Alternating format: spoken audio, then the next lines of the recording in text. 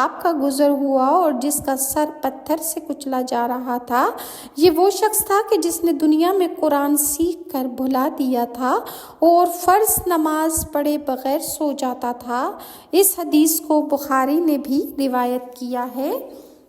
اس کے علاوہ جو لوگ شراب پینے والے ہیں ان کو جہنم میں اہل جہنم کا بدبودار پسینہ پلایا جائے گا،